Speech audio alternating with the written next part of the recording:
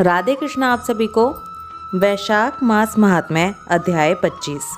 अमावस्या तिथि का पुण्यफल बताने के बाद श्रुतदेव जी आगे द्वादशी तिथि का महत्व बता रहे हैं। श्रुतदेव जी कहते हैं, जो मनुष्य अक्षय तृतीया को सूर्य उदय काल में प्रातः स्नान करते हैं और भगवान विष्णु की पूजा करके कथा सुनते हैं, वे मोक्ष के भागी होते हैं। जो उस दिन श्री मधुसूदन की प्रसन्नता के लिए दान करते हैं, उनका वह पुण्यकर्म भगवान की आज्ञा से अक्षय फल देता है। वैशाख मास की पवित्र तिथियों में शुक्ल पक्ष की द्वादशी समस्त पाप राशि का विनाश करने वाली है। शुक्ल द्वादशी को योग्य पात्र के लिए जो अन्न दिया जाता है, उसके एक एक दानों में कोटि कोटि ब्राह्मण भोजन का पुण्य होता है।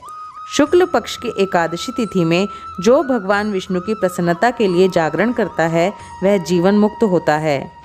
जो वैशाख की द्वादशी तिथि को तुलसी के कोमल दलों से भगवान विष्णु की पूजा करता है, वह समूचे कुल का उद्धार करके वैकुंठ लोक का अधिपति होता है। जो मनुष्य त्रयोदशी तिथि को दूध, दही, शक्कर, घी और शुद्ध मधु इन 5 द्रव्यों से भगवान विष्णु की प्रसन्नता के लिए उनकी पूजा करता है, तथा जो पंचामृत से भक्ति पूर्वक श्री हरि को स्नान कराता है, वह संपूर्ण कुल का उद्धार करके भगवान विष्णु के लोक में प्रतिष्ठित होता है। जो सायंकाल में भगवान विष्णु की प्रसन्नता के लिए शरबत देता है, वह अपने पुराने पाप को शीघ्र ही त्याग देता है। वैशाख शुक्ला द्वादशी में मनुष्य जो कुछ पुण्य करता है, वह अक्षय फल को देने वाला होता है। जो फल गंगा पर ग्रहण के समय सहस्त्र गोदान करने से मिलता है, वही वैशाख मास में द्वादशी के दिन योग्य ब्राह्मण को अर्पण करने से होता है। गंगा में दुर्भिक्ष के समय प्रतिदिन करोड़ों मनुष्यों को भोजन कराने से जो फल मिलता है, वही द्वादशी के दिन एक ब्राह्मण को भोजन देने से मिलता है। जो शुक्ल पक्ष की द्वादशी के दिन एक चुटकी अन्न भी सुपात्र ब्राह्मण को देता है, उसे कोटि ब्राह्मण भोजन का फल मिलता है। जो मधु सहित तिल के पात्र का दान द्वादशी के दिन करता है, वह संपूर्ण बंधनों से छूट विष्णु लोक को चला जाता है।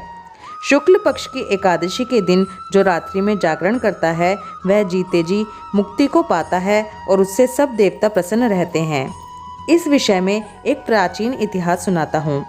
प्राचीन काल में कश्मीर देश में देवव्रत नामक एक ब्राह्मण थे। उनके सुंदर रूप वाली एक कन्या थी, जो मालिनी के नाम से प्रसिद्ध थी। ब्राह्मण ने उस कन्या का विवाह सत्यशील नामक बुद्धिमान द्विज के साथ करा दिया। मालिनी कुमार्ग पर चलने वाली पुंश्चली होकर स्वच्छंदता पूर्वक इधर उधर रहने लगी। वह केवल आभूषण धारण करने के लिए पति का जीवन चाहती थी। उसकी हितैषिणी नहीं थी। उसके घर में काम काज करने बहाने उपापति रहा करते थे। सभी जाति के मनुष्य जार के रूप में उसके यहाँ ठहरते थे। वह कभी पति की आज्ञा का पालन करने में तत्पर नहीं हुई। इसी दोष से उसके सब अंगों में कीड़े पड़ गए, जो काल, अंतक और यम की भांति उसकी हड्डियों को भी छेदे डालते थे। उन कीड़ों से उसकी नाक, जिह्वा और कानों का उच्छेद हो गया। स्तन तथा उंगलियां गल गई। उसमें पंगुता भी आ गई। इन सब क्लेशों से मृत्यु को प्राप्त होकर वह नरक की यातनाएं भोगने लगी। 1,50,000 वर्षों तक वह तांबे के भांड में रखकर जलाई गई। 100 बार उसे कुत्ते की योनि में जन्म लेना पड़ा।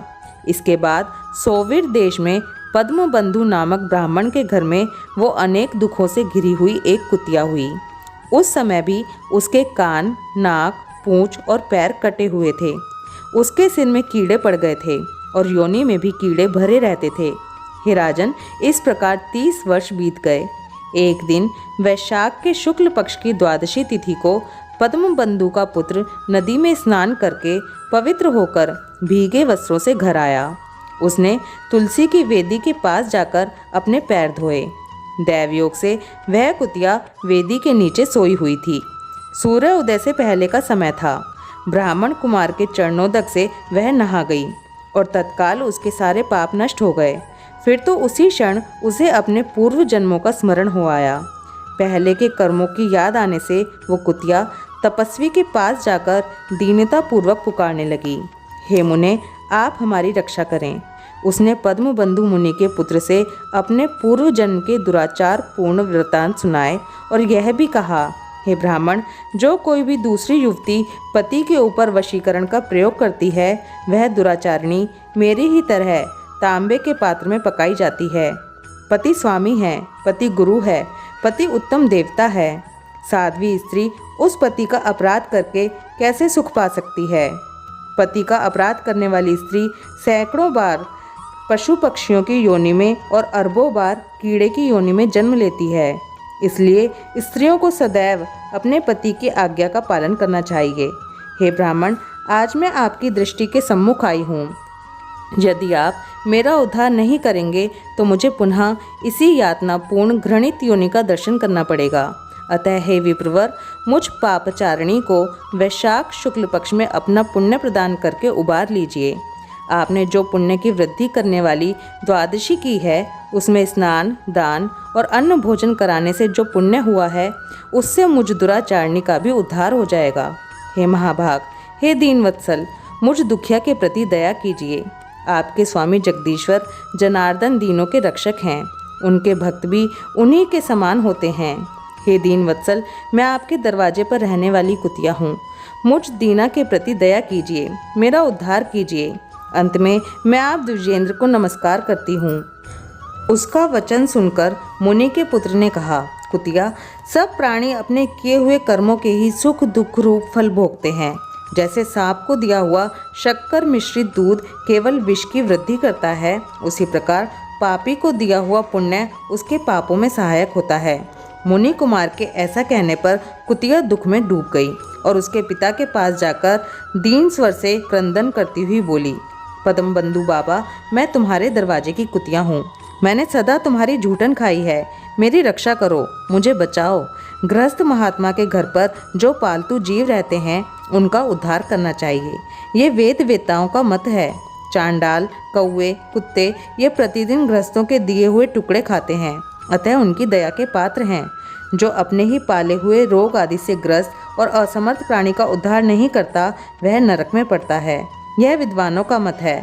संसार की सृष्टि करने वाले भगवान विष्णु एक को कर्ता बनाकर स्वयं ही पत्नी, पुत्र आदि के व्यास से समस्त जंतुओं का पालन करते हैं। अतः अपने पोष्य वर्ग की रक्षा करनी चाहिए, ये भगवान की आज्ञा है। दयालु होने के कारण आप मेरा उद्धार कीजिए। दुख से आतुर हुई कुतिया की ये बात सुनकर घर में बैठा हुआ मुनिपुत्र तुरंत घर से बाहर निकला। इसी समय दया निधान पद्मबंधु ने कुतिया से पूछा, ये क्या वृतांत है? तब पुत्र ने सब समाचार कह सुनाया। उसे सुनकर पद्मबंधु बोले, बेटा, तुमने कुतिया से ऐसे वचन क्यों कहे? साधु पुरुषों के मुँह से ऐसी बात नहीं निकलती। हे वत्स, देखो तो सब लोग दूसरों का उपकार करने के लिए उद्यत रहते हैं। चंद्रमा, सूर्य, वायु, रात्रि, अग्नि, जल, चंदन, वृक्ष और साधु पुरुष सदा दूसरों की भलाई में लगे रहते हैं।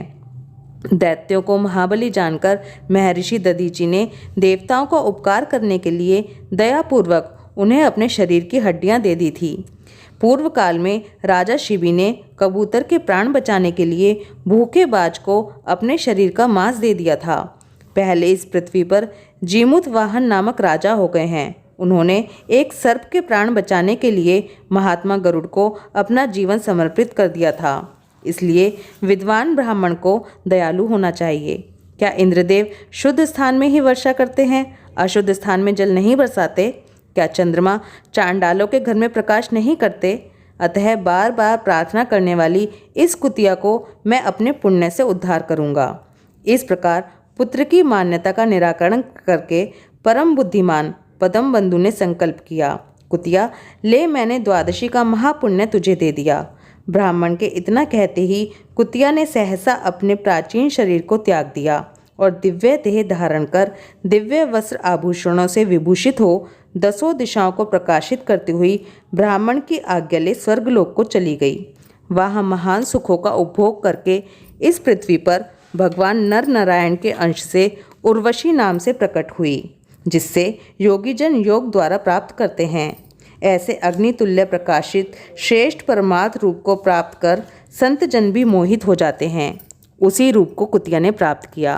तत्पश्चात पद्म बंधु ने मधुसूदन भगवान की प्यारी पुण्य बढ़ाने वाली इस तिथि को संसार में प्रख्यात किया। करोड़ों सूर्य ग्रहण और चंद्र ग्रहण से भी अधिक पुण्य रूपी और सब यज्ञों से अधिक ऐसी तिथि ब्राह्मण ने तीनों लोकों में सिद्ध कर दी। वैशाख मास महात्म्य अध्याय 25 समाप्त। आप देख रहे हैं वैशाख मास की एक एक तिथि कितनी महत्वपूर्ण है। आप और हम बहुत ही भाग्यशाली हैं। भगवान कृष्ण का हम पे आशीर्वाद है जो हम इस पवित्र वैशाख महात्म्य को सुन पा रहे हैं। अगर आपने अभी तक वैशाख मास में कुछ भी नहीं किया है तो अभी भी समय है। वैशाख मास का पूरी तरह से लाभ उठाइए। दूसरों को भी ऐसा करने के लिए प्रेरित कीजिए। ओम माधवाय नमः। राधे कृष्णा।